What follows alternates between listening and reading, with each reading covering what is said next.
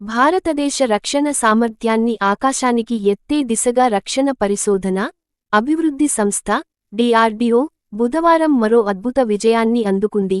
పినాకా అనే mobile rocket వ్యవస్థకు అనుబంధంగా రూపొందించిన అధునాతన, లాంగ్ రేంజ్ గైడెడ్ రాకెట్ ను ఒడిశా తీరంలోని చండీపూర్ నుంచి విజయవంతంగా పరీక్షించి, శత్రు లక్ష్యాన్ని ధ్వంసం చేశారు. ఈ ప్రయోగం ద్వారా కనీసం 60 కిలోమీటర్ల దూరంలోని శత్రువుల బలగాలను, స్థావరాలను అత్యంత ఖచ్చితత్వంతో ఛేదించే సామర్థ్యం నిరూపితమైంది. ఒడిశాలోని చండీపూర్లో ఉన్న ఇంటిగ్రేటెడ్ టెస్ట్ రేంజ్ వేదికగా బుధవారం నాడు ఈ ప్రయోగం జరిగింది. ఈ అత్యాధునిక గైడెడ్ రాకెట్ ప్రయోగ క్రమంలో విద్యుత్ ఆప్టికల్ ట్రాకింగ్ వ్యవస్థలు, నిఘా పరికరాలు నిశితంగా పర్యవేక్షించగా, గాల్లో అన్ని రకాల విన్యాసాలను పూర్తి చేసి, అత్యంత ఖచ్చితత్వంతో నిర్దేశిత లక్ష్యాన్ని ధ్వంసం చేసింది. ఈ విజయం భారతదేశ రక్షణ రంగాన్ని ప్రపంచ స్థాయికి తీసుకెళ్లడంలో కీలక మైలురాయిగా విశ్లేషకులు అభివర్ణిస్తున్నారు. పినాకా LRGR రాకెట్ను DRDO ఆధ్వర్యంలోని పుణెలో ఉన్న armament research and development establishment ARD, high energy materials research లాబొరేటరీలు సంయుక్తంగా అభివృద్ధి చేశాయి.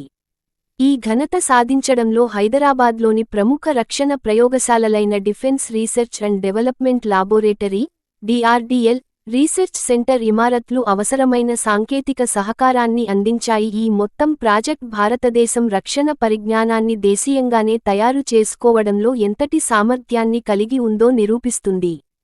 పినాకా LRGR రాకెట్ను విజయవంతంగా ప్రయోగించడానికి భారత సైన్యంలో ప్రస్తుతం వాడుకలో ఉన్న పినాకా లాంచర్ వ్యవస్థని ఉపయోగించారు. దీని ద్వారా ఒకే లాంచర్ సహాయంతో వేర్వేరు పరిధులు కలిగిన ఇతర పినాకా రాకెట్ రకాలను కూడా సులభంగా ప్రయోగించే సామర్థ్యం నిరూపితమైంది.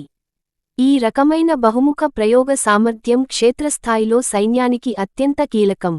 ఇది శత్రు లక్ష్యాల దూరాన్ని, వాటి స్వభావాన్ని బట్టి తగిన రాకెట్ను ఉపయోగించడానికి అనువుగా ఉంటుంది, త్వరితగతిన దాడి చేయడానికి ఎంతో సహాయపడుతుంది. ఈ ప్రయోగం విజయవంతం కావడం పట్ల కేంద్ర రక్షణ శాఖ మంత్రి రాజ్నాథ్ సింగ్ హర్షం వ్యక్తం చేశారు.